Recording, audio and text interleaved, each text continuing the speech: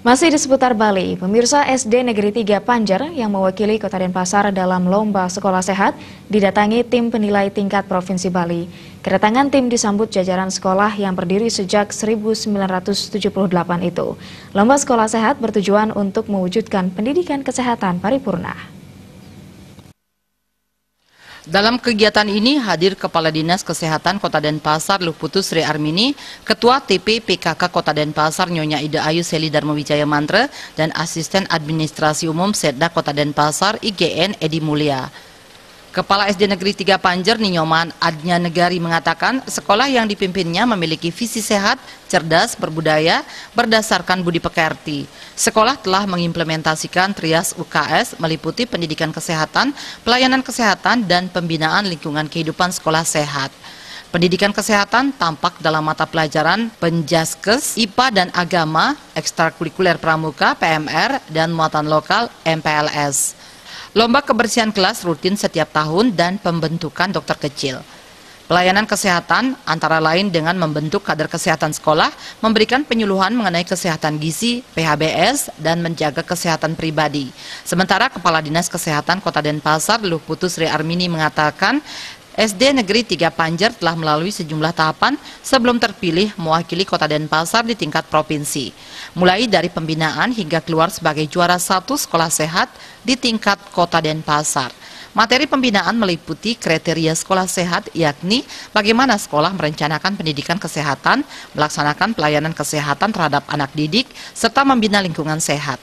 Sehingga perilaku hidup bersih dan sehat penting ditanamkan sejak dini.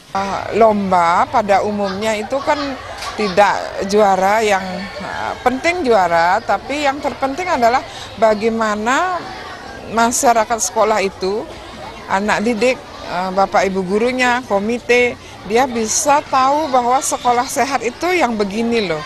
Bagaimana dia berperilaku hidup bersih sehat, ini dari tingkat PAUD, pendidikan dasar, sehingga nanti ke depannya outputnya ketika dia dewasa dia sudah menjadi habit, jadi menjadi budaya bahwa hidup sehat itu seperti ini gitu.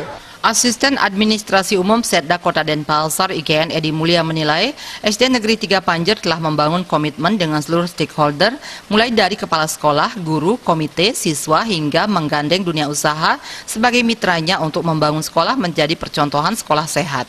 SD Negeri 3 Panjer bahkan dijadikan model di Kota Denpasar setelah melalui tahapan seleksi ketat sesuai standar yang dipersyaratkan.